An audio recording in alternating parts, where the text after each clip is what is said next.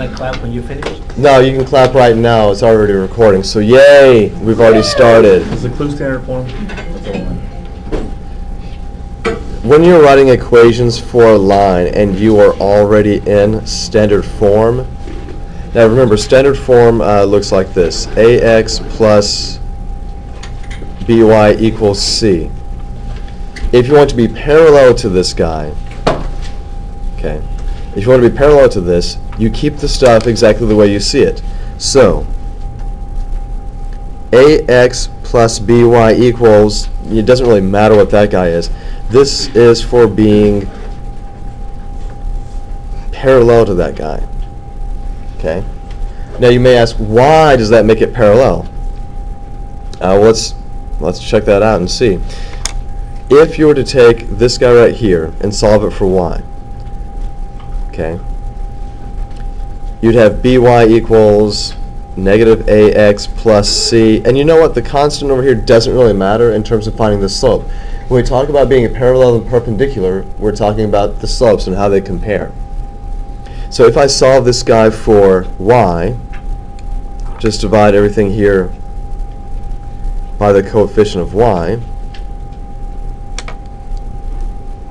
then you have that y equals negative a over b x plus c over b. Again, who cares about this guy? For parallel lines, what does it mean about the y-intercepts? What do you know about y-intercepts for parallel lines? They must be different. So the slope from this guy is exactly what you see as the coefficient of x, negative a over b. Well, if you're going to be parallel to that, what does your slope have to be? Same. It's got to be the same, negative a over b. If I solve this guy for y, okay, you would have by equals negative ax plus, let's keep that as question mark. Let's go crazy here. Woo-hoo. Then divide everything by the coefficient of y. What you have from that guy, let me just bring this guy down here. It's awfully messy. Hut. So y equals negative a over b x plus whatever that constant's going to be over b. And what you find out is that these guys will have the same slope, negative a over b. That's why we keep these pieces of the standard form exactly the same if we want to be parallel. Because when we do that, the coefficients for x end up being the same, negative a over b. Now, in order for us to accomplish being perpendicular, that's where we have to switch or swap the coefficients and change a sign. Let me just scoot this guy up here. Right. So if you want to be perpendicular, this is where I was saying to do this. Bx minus ay, or similarly, you could do negative bx plus ay. And again, whenever you swap the coefficients for your standard form, you're going to have to change the sign of one of them in order to be perpendicular. And my choice for you is to keep the coefficient of x to be positive. So it all depends on what the coefficient for y is to begin with.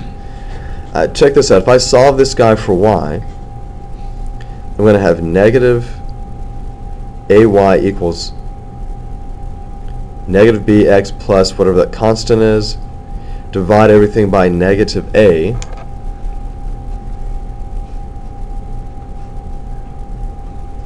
so y equals negative over negative is a positive, b over a x plus whatever this guy is. Even if I did the same thing for this other form that I could have used, move the bx over so that's a positive bx plus my question mark, divide everything by the coefficient for y, and again you have y equals b over a x plus whatever this constant piece ends up being. So for both of these guys,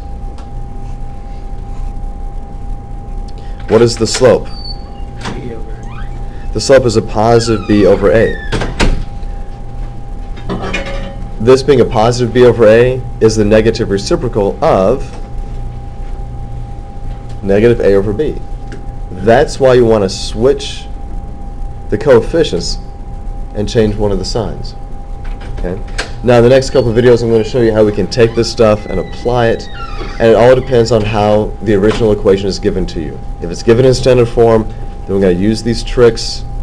Use some tricks, well, not the ones I showed you here, but I use some tricks to get parallel and perpendicular lines very easily.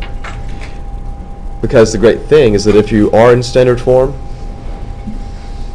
then you don't have to find the slope.